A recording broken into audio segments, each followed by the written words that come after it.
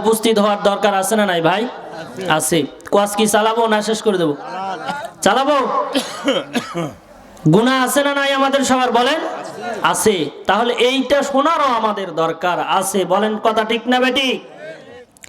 আমার ভাইরা, আমার বন্ধু, আমার যুবক ভাইরা, আমার কলিজার টুকরা মুরব্বী বাবাজিরা, পর্দার আড়ালের মা ও বোনেরা, কথাগুলো দিলের কানটা লাগাইয়া গভীর মনোযোগ দিয়ে শুনতে হবে।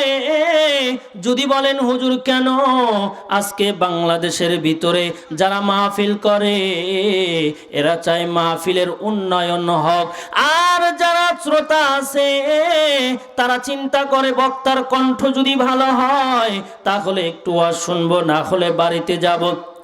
বক্তাও চিন্তা করে সুন্দর করে যদি ওয়াজ না করতে পারি সামনে বছর মাহফিল পাওয়ার সম্ভাবনা নাই।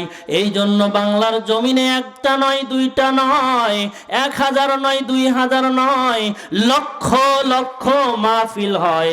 বলেন তো মানুষের হেদায়েত আছে না নাই? নাই। এই জন্য গভীর মনোযোগ দিয়ে শুনতে হবে, দিল দিয়ে শুনতে হবে। কথাগুলো শুধু এখানে শুনেই এক কান দিয়ে শুনে আর এক কান দিয়ে বের করলেই হবে না। কথাগুলো বাড়িতে নিয়ে যেতে হবে, আমল করতে হবে, তবেই আপনার আমার জীবন সার্থক হবে। ভাই কথা বলেন ঠিক না বেঠিক? আমার ভাইরা, আমার বন্ধু, আমার যুবক ভাইরা, আমার কলিজার টুকরা মুরব্বী বাবাজিরা, এই জন্য কথাগুলো দিলের কানটা লাগায় শুনেন। এবার ওই যুবককে যখন নবীজি বললেন কি গুনাহ করেছো, ওই যুবক বললেন আমি প্রত্যেক জানাজার নামাজে উপস্থিত হই। নবীজি বললেন এটা তো ভালো কথা। বলেন শুধু জানাজায় উপস্থিত হই না, মাটি দেওয়া পর্যন্ত আমি সেখানে থাকি। বলে এটা তো আরো ভালো কথা। এবার নবীজি ডাকতে বলে কি গুনাহ করেছো বলো।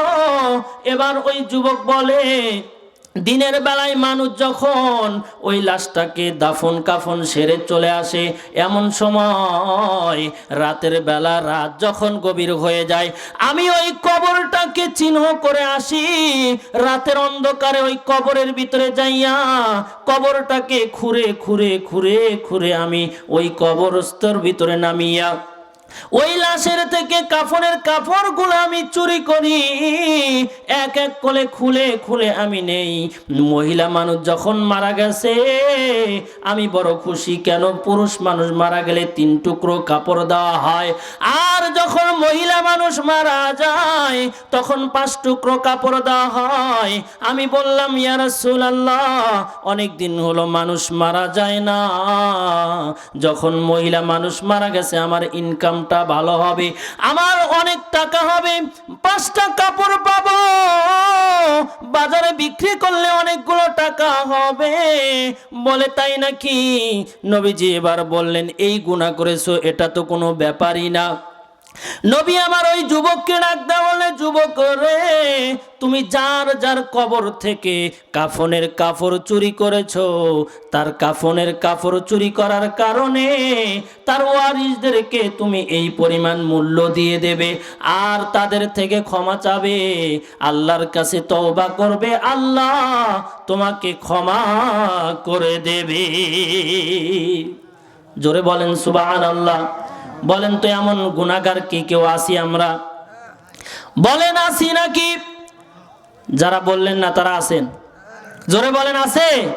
এমন গুনাহগার আমরা নাই আমার ভাইরা। কিন্তু ওই যুবককে যখন নবীজি এই কথা বললেন ওই যুবকের কান্নার আওয়াজটা আরো বেড়ে গেল। এত জোরে জোরে জোরে জোরে জোরে জোরে কান্না করা শুরু করে দিল। নবী আমার ডাক দেয়া বলে যুবক তুমি কেন আরো জোরে জোরে কান্না করো? তোমার তো সমস্যা আমি সমাধান করে দিলাম, তারপরেও কেন এইভাবে কান্না করো? ওই যুবক বলে নবী গো, ও রহমতের নবী, আপনি বলেন আমার জন্য দোয়া করবেন নাকি? বলে কি করেছো বলো? বলে আমি যেই গুনাহ করেছি ওই গুনার কথা তো এখনো আপনাকে বলি নাই। বলে কি গুনাহ করেছো বলো? বলে ওই মহিলার কবরের ভিতরে যখন আমি নেমেছি, নামার পরে আমি যখন এক এক করে কাফনের কাপড়গুলো খুলতেছিলাম, খুলতে খুলতে কাফনের কাপড়গুলো যখন খোলা শেষ হয়ে গেল, আমি যখন উঠে চলে আসব, এমন সময় শয়তান আমাকে ওয়াসওয়াসা দিয়ে বলে, আরে তুই কি বোকা নাকি? যেই নারীকে দেখার জন্য মদিনার ধনী ধনী যুবকগুলো লাইন ধরে থাকতো একটা নজর দেখার জন্য, কিন্তু দেখতে পারে নাই। বিবাহের জন্য কত ধনী ধনী লোকের থেকে প্রস্তাব আসতো, কিন্তু বিবাহ করতে পারে নাই।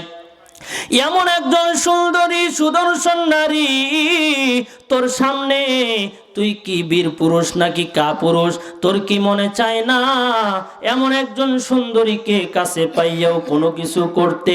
এখানে আলো নাই, বাতি নাই, সাথী নাই, অন্ধকারে তোকে কেউ দেখবে না, তোর কি মনে চায় না? এমন করে শয়তান যখন আমাকে ওয়াসওয়াসা দিল, এক পর্যায়ে শয়তানের ওয়াসওয়াসায় পড়িয়া আমি ওই মহিলার সঙ্গে জিনা করেছি। নবী গো, আপনি একটু আমার জন্য আল্লাহর কাছে দোয়া করেন।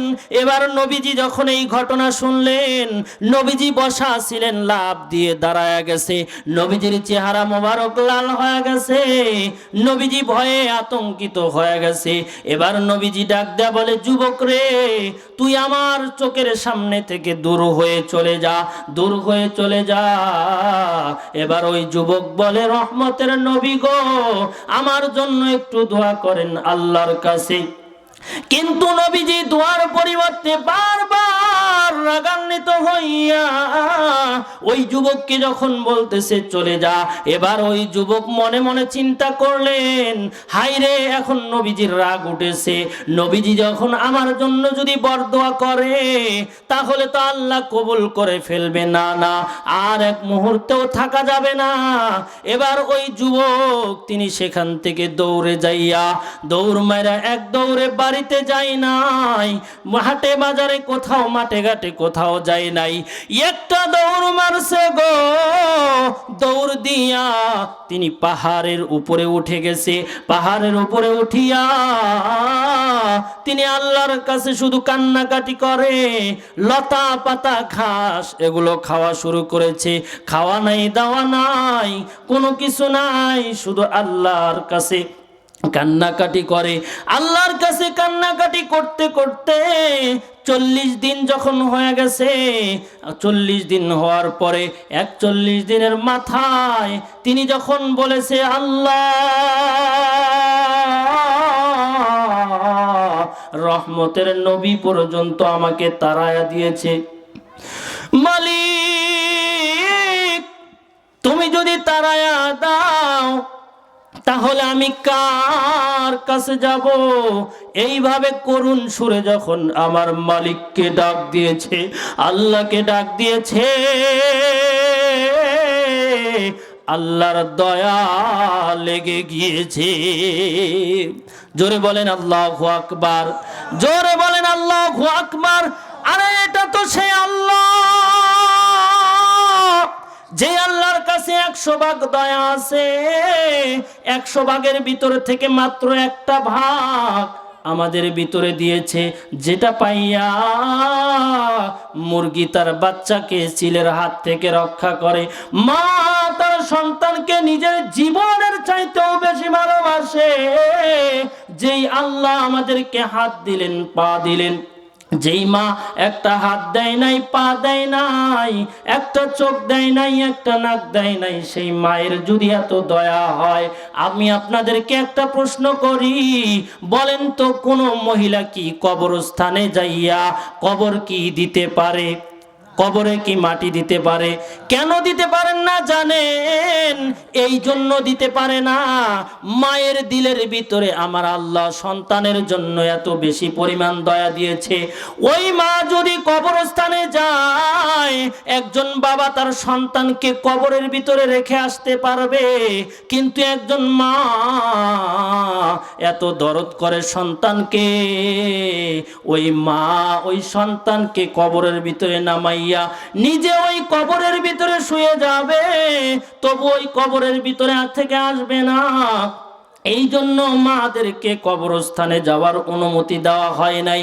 তাহলে বলেন তো, যেই মা একটা হাত দিল না, যেই মা একটা পা দিল না, যেই মা একটা চোখ দিল না, নাক দিল না, কান দিল না, সেই মার দিলের ভিতরে যদি এত দয়া, এত মায়া, এত মহাব্বত থাকতে পারে, যে আল্লাহর কাছে এখনো 99 ভাগ দয়া আছে, বলেন তো সে আল্লাহ আমাদের ক্ষমা করতে পারে কি পারে না? আরো জোরে বলেন, পারে কি পারে না? এ ভাই, এ বন্ধু, এবার যখন ওই যুবক আল্লাহকে করুণ সুরে ডাকিয়া ডাকিয়া আল্লাহর কাছে ক্ষমা চায়, তাফসিরের ভিতরে এসেছে এই 40 দিন পর্যন্ত সে কিছু খায় নাই, লতা পাতা ঘাস এগুলো খাইয়া তিনি বেঁচে ছিলেন। 41 দিনের মাথায় আমার আল্লাহর দিলের ভিতরে যখন দয়া লেগেছে, আমার আল্লাহ জিব্রাইলকে ডাক দেয়া বলে, জিব্রাইল যাও যাও, নবীর কাছে আমার কোরআনের আয়াত নিয়ে যাও। এবার যখন আল্লাহর আদেশ জিব্রাইল পেয়েছেন, আমার আল্লাহর হুকুমে জিব্রাইল নবীজির কাছে এসে বলে, আসসালামু আলাইকা ইয়া রাসূলুল্লাহ। বলে, জিব্রাইল কি বলো বলো। বলে, আপনার কাছে কয়েকদিন আগে যে একটা যুবক এসেছিল তওবা করার জন্য, সেই যুবকের খবর কি আপনার কাছে আছে নাকি? বলে, না না, ওই যুবক এমন একটা ভয়ঙ্কর পাপ করেছে যেটা শোনার পরে আমি স্থির থাকতে পারি নাই, আমি তাকে তাড়ায়া দিয়েছি, আমার কাছে আমি তাকে জায়গা দেই নাই।